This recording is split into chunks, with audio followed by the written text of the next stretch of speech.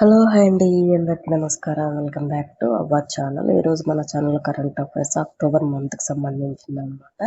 So ఎవరైనా competitive exams కానీ entrance exams కానీ ప్రిపేర్ అయ్యే వాళ్ళు ఉంటే మాత్రం ఈ నోట్స్ మీకు యూజ్ అవుతుంది అనుకుంటే సో ఖచ్చితంగా నా ఛానల్ని ఫాలో అవ్వండి. మీ ఫ్రెండ్స్ ఎవరైనా ప్రిపేర్ అయ్యే వాళ్ళు ఉంటే కూడా వీడియో అనేది షేర్ చేయండి. సో ఈరోజు మొదటగా మన ఛానల్లో కరెంట్ అఫైర్స్ వచ్చేసి మన దేశంలో దేశీయంగా అంతరిక్ష రంగ అనువర్తనాల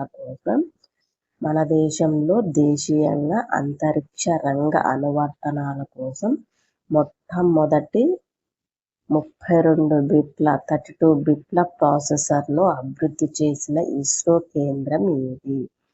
మన దేశంలో దేశీయంగా అంతరిక్ష రంగ అనువర్తనాల కోసం మొట్టమొదటి 32 బిట్ల ప్రాసెసర్ను అభివృద్ధి చేసినటువంటి ఇస్రో కేంద్రం ఏది అంటే విక్రమ్ సారాభాయ్ అంతరిక్ష కేంద్రం అన్నమాట. 32 బిట్ల ప్రాసెసర్ను అభివృద్ధి చేయడం జరిగింది. నెక్స్ట్ వన్ వచ్చేసి అంటే 2025 సెప్టెంబర్లో జరిగినటువంటి సెమికాన్ ఇండియా సదస్సులో విక్రమ్ సారాభాయ్ 32 బిట్ల ప్రాసెసర్ను కేంద్ర మంత్రి అశ్విని వైష్ణవ్ ప్రారంభించడం జరిగిందనమాట.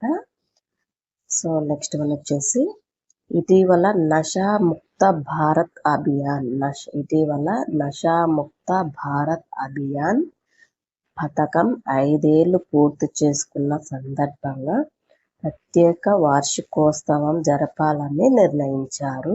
అయితే ఈ కార్యక్రమం ఏ మంత్రిత్వ శాఖ అమలు చేస్తుంది? ఇటీవల నషాముక్త భారత్ అభియాన్ పథకం 5 ఏళ్లు పూర్తి చేసుకున్న సందర్భంగా ప్రత్యేక వార్షికోత్సవం జరపాలని నిర్ణయించడం జరిగింది. అయితే ఈ కార్యక్రమం ఏ మంత్రిత్వ శాఖ కింద అమలు చేయడం జరుగుతుంది అంటే సామాజిక న్యాయం సాధికారతల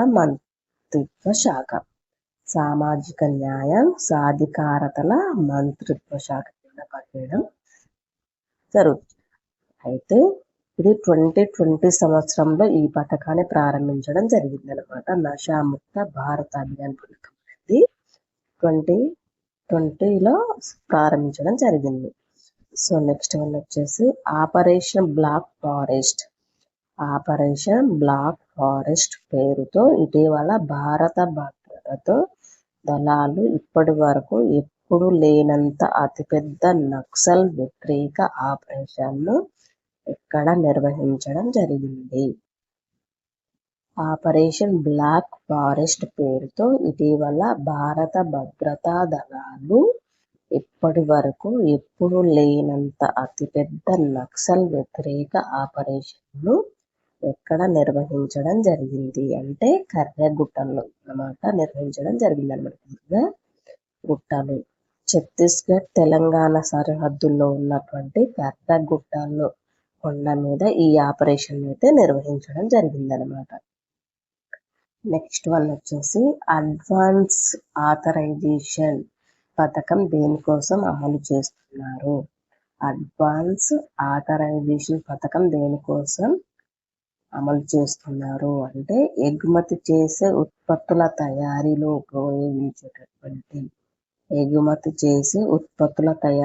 ఉపయోగించేటటువంటి ముడి పదార్థాలపైన సుంకాల రహిత దిగుమతుల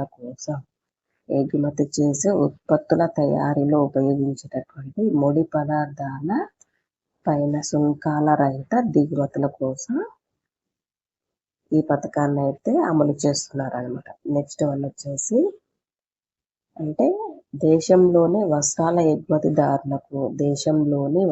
ఎగుమతిదారులకు అడ్వాన్స్ ఆథరైజేషన్ పథకం కింద ఎగుమతి చేసే గడువును కూడా ఇటీవల అయితే కేంద్ర ప్రభుత్వం పొడిగించడం జరిగిందనమాట. సో నెక్స్ట్ వన్ వచ్చేసి కుట్టనాడు ప్రాంతంలో బోనుల ఏర్పాటు కేజీ కల్చర్ ద్వారా చేపల చెరువులు అభివృద్ధి చేయడాన్ని ప్రోత్సహించేందుకు ఈ పైలట్ ప్రాజెక్టును ప్రారంభించి బయోఫ్లాక్ పద్ధతులు ఉపయోగించడం మొదలుపెట్టారన్నమాట. సో అది ఏ రాష్ట్రంలో జరుగుతుంది? కుట్టనాడు ప్రాంతంలో బోనుల ఏర్పాటు ద్వారా చేపల చెరువులను అభివృద్ధి చేయడాన్ని ప్రోత్సహించి పైలట్ ప్రాజెక్టును ప్రారంభించడం. అంటే చేపల చెరువుల అభివృద్ధి చేయడాన్ని ప్రోత్సహించేందుకు గాను పైలట్ ప్రాజెక్టును ప్రారంభించి బయోఫ్లాగ్ పద్ధతులు ఉపయోగించడం మొదలుపెట్టడం జరిగిందనమాట. సో అది ఏ రాష్ట్రంలో అంటే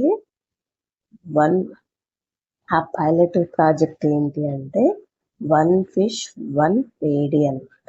వన్ ఫిష్ వన్ పేడి అనే ప్రాజెక్టును ప్రారంభించి అది ఏ రాష్ట్రంలో అంటే కేరళ రాష్ట్రంలో అమలు చేయడం జరుగుతుంది.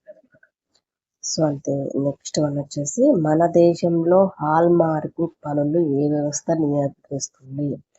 మన దేశంలో హాల్ మార్కింగ్ పనులు ఏ వ్యవస్థ నియంత్రిస్తుంది అంటే భారత ప్రమాణాల బ్యూరో నియంత్రించడం జరుగుతుంది అన్నమాట. సో ఇటీవల భారత ప్రభుత్వం దేశంలో ఉన్నటువంటి వెండి ఆభరణాల హాల్ మార్కింగ్ యూనిక్ ఐడెంటిఫికేషన్ ఆధారంగా స్వచ్ఛందంగా ఏర్పాటు చేసుకునే పద్ధతిని అయితే ప్రవేశపెట్టడం జరిగిందనమాట. సో ఇటీవల భారత ప్రభుత్వం దేశంలోని వెండి ఆభరణాల హాల్ మార్కింగ్ యూనిక్ ఐడెంటిఫికేషన్ ఆధారితంగా స్వచ్ఛందంగా ఏర్పాటు చేసుకునే పద్ధతిని కూడా ఇలా ప్రవేశపెట్టడం జరిగింది. సో ఇది అనమాట ఈరోజు మన ఛానల్లో current updates. So me friends and family మెంబర్స్కి అయితే షేర్ చేయండి. మీకు కూడా యూజ్ అవుతుంది అనుకుంటే ఖచ్చితంగా నా ఛానల్ అయితే ఫాలో అవ్వండి. Thank you all of you. Keep watching.